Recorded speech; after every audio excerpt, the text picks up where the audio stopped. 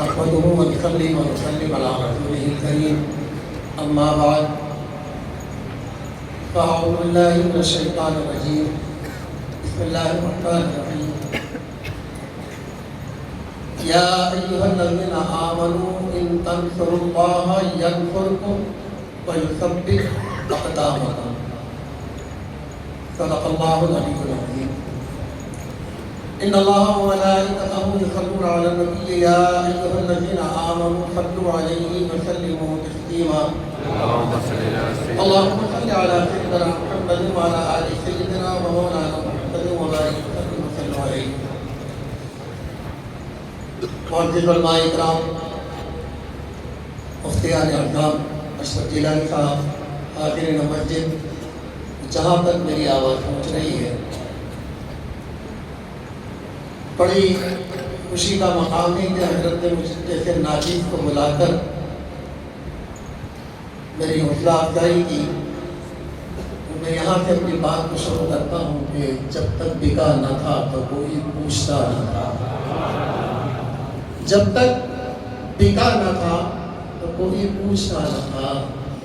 یا غریب نواز آپ نے خرید کر مجھے انمول کر دیا. آپ نے خرید کر مجھے انمول کر دیا. اس آیت کریمہ کا پڑھنے کا شرف مجھے حاصل ہوا.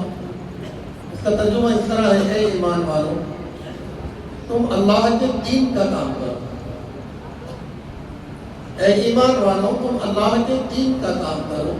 جب تم اللہ کے دین کا کام کرو گے، ینصرکم ویثبت اقدامکم، اللہ تعالیٰ زمین پر تمہارے قدم ایسے جما دے گا کہ اسے اکھاڑنے والا کوئی نہ ہوگا. آج جو ماحول بنا ہوا ہے، مزاج بنا ہوا ہے مذہب اسلام کے خلاف، سنیت کے خلاف، اس کے لیے ہمیں دین کا کام زمین پر قدم جما کر کرنا ہوگا. بڑی خوشی کی بات ہے کہ حضرت کی سرپرستی میں اور یہاں کے علماء اکرام کی زیر نگرانی میں بہت اچھا کام یہاں سے چل رہا ہے. دیکھ کر بڑی خوشی ہوئی. تو اللہ کے دین کا کام کریں گے تو اللہ تعالیٰ ہمارے قدیم زمین پر جما دے گا اور ہمیں کوئی اکھاڑ کر پھینکنے کی طاقت کسی کی بھی نہیں ہے.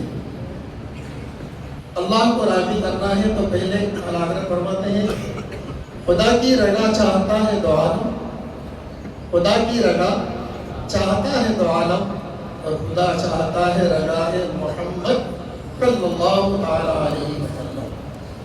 میں یطیع الرسول فقد اطاع اللہ، میرے رسول کی اطاعت کر لو میری اطاعت ہو جائے گی. رب فرمانا ہے میرے رسول کی اطاعت کر لو میری اطاعت ہو جائے گی. تو جس نے رسول کی اطاعت نہیں کی اس نے رب کی بھی اطاعت نہیں.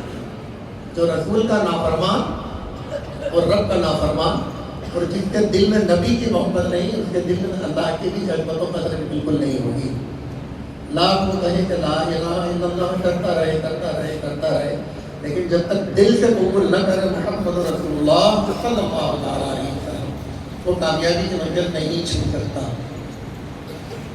میرے تاثرات صرف یہ کہنا چاہوں گا کہ آپ حضرت کی زیر سرپرستی کے اندر بہت اچھی ان کی قیادت کے اندر دین و سنیت کے کام کو آپ سیکھ رہے ہیں، سمجھ رہے ہیں اور اس پر آگے عمل کرنے کی کوشش بھی کر رہے ہیں. اور جب انسان محنت کرتا ہے دین کے لیے تو رب کی طرف سے کامیابی کے راستے کھل جاتے ہیں اور اللہ کے ولیوں کی دعائیں ان کے ساتھ چلتی آتی ہیں.